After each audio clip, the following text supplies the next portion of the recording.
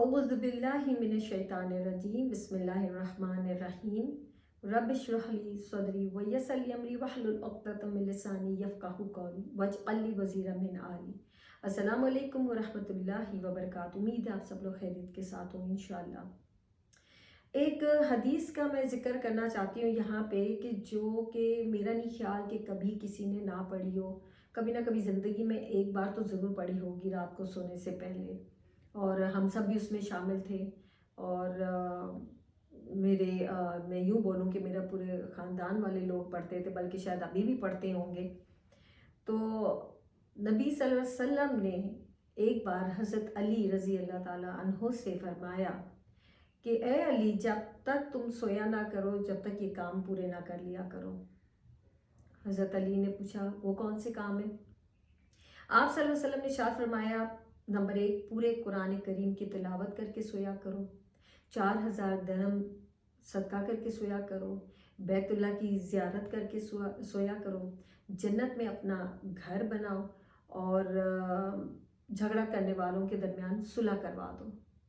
तो हज़रत अली परेशान और कहा, एक रात में ये सब कुछ कैसे हो सकता है?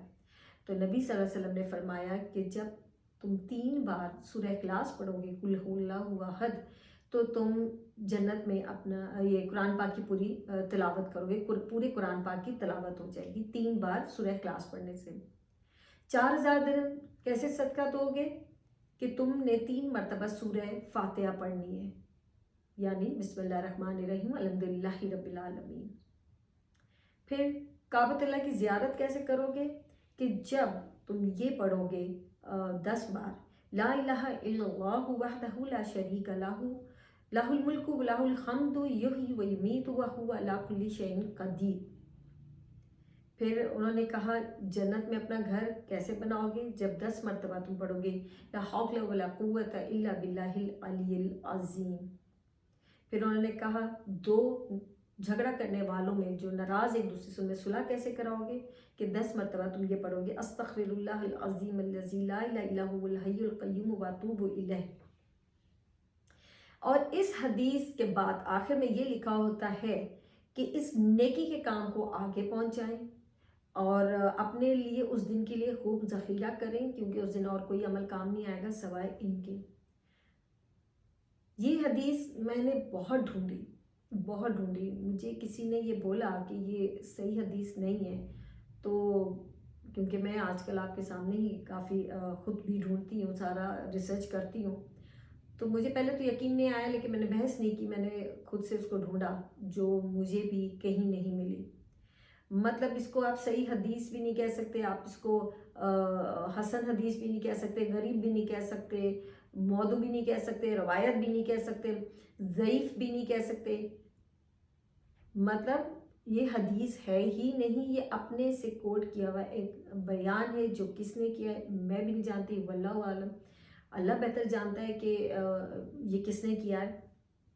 लेकिन ये हदीस नहीं है, मुझे तो कहीं नहीं मिली। मैं तो बहुत ढूंढा, बहुत रिसर्च किया, लेकिन मुझे कहीं से भी ये हदीस के किसी ज़ईफ़ हदीस से भी इसका मुझे ताल्लुक़ नहीं मिला। अगर किसी को मिले और पता लगे तो मुझे ज़रूर बताएं, अलबत्ता मुझे नहीं मिला।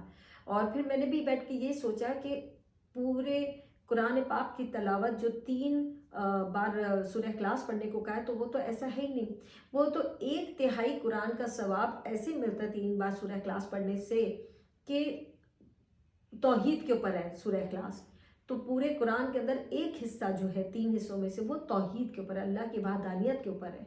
तो वो इस तरीके से आपको सवाब मिलता है कि ये टोटल एक पैकेज है सूरह इखलास, जिसमें अल्लाह की वहदानियत के बारे में हम 4000 दिरहम कौन दे सकता है?